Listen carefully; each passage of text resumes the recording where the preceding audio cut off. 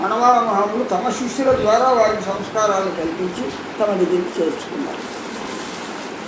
అట్లా మనవాళ మహాములకి అంతరంగ శిష్యులు వీరులు ఆనాటి నుంచి చేరారన్నమాట. వారి దగ్గర ఉన్నటువంటి అష్టదిగ్గజాలు అని చెప్పబడే 8 ఈ ఆచార్యులు కూడా ఒకరయ్యారు. ఎరుండియప్ప అనేటటువంటి ఆచార్యులు అన్నమాట. వీరి గురించినటువంటి కనియనే ఇప్పుడు ఈ స్తోత్రానికి మొట్టమొదట మనం చదువుకుంటూ ఉంటాం. సౌమ్యదామాంబోధీంద్ర శరణాంబుజ షట్పదం దేవరాజగురుం వందే దివ్య జ్ఞాన ప్రదం శుభం అని ఆ శ్లోకాన్ని మనం చదువుకుంటాం. మనం ఏ ప్రబంధాన్ని చదువుకున్నా ఆ ప్రబంధం ఎవరిని గురించిందో, ఎవరు రచించిందో దాన్ని గురించినటువంటి శ్లోకాన్ని, మంగళ శ్లోకాన్ని, నమస్కార రూపమైనటువంటి శ్లోకాన్ని మనం చదువుకుంటుంటాం. దాన్నే తనియన్ అని అంటారు. ఈ స్తోత్రాన్ని సాధించినటువంటి వారిని గురించినటువంటి తనియన్ ఇది. సౌమ్యజామాధుర్యోగీంద్ర శరణాంబుజ షట్పదం. సౌమ్యజామాధుర్యోగి అని చెప్పబడేటటువంటి మనవాళ మహాముల యొక్క పాదపద్మములలో ఎందు షట్పదం 9 లాంటి వారు.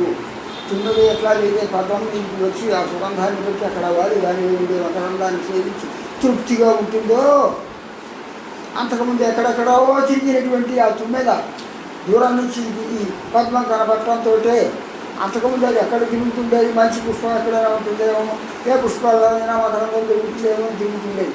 దానికి దొరికిన పుష్పాలన్నీ ఆ జిల్లేడు పువ్వులు లాంటివే దొరికినాయి. అంతకుముందు దూరం నుంచి చూసేటప్పుడు ఒక సరస్సు, ఆ సరస్సులో పద్మంలా కనపడింది.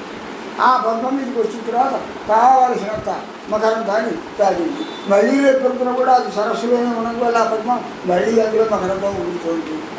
అట్లాగా సౌమ్యజామాధుర్యోగీంద్ర చరణాంబుజములు మనవాళ మహాముల యొక్క శ్రీపాదములైనటువంటి పద్మములు. ఆ పద్మములకు షట్పదం 9 వలె ఆశ్రయించి వారి యొక్క శృంగార తీర్థాన్ని నిత్యము స్వీకరించి జీవించినటువంటి వారు వీరు. దేవరాజగురుం.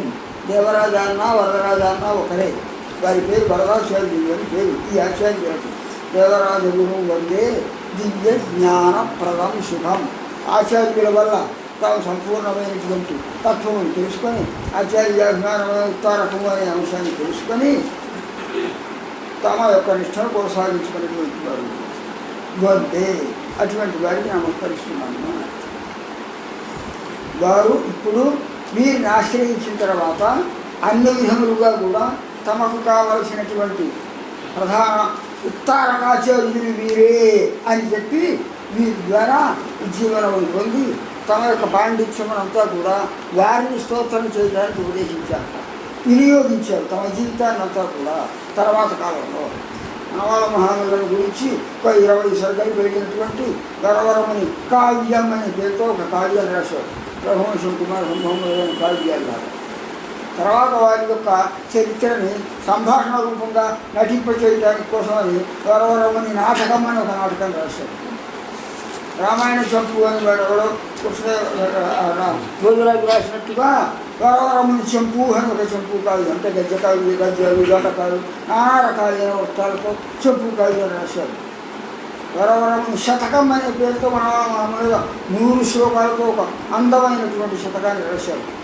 ఆ తర్వాత ఇదిగో ఇప్పుడు చెప్పినటువంటి దినచర్యా స్తోత్రాన్ని ప్రసాదించారు రాశారు ఆ మహానుభావుడు.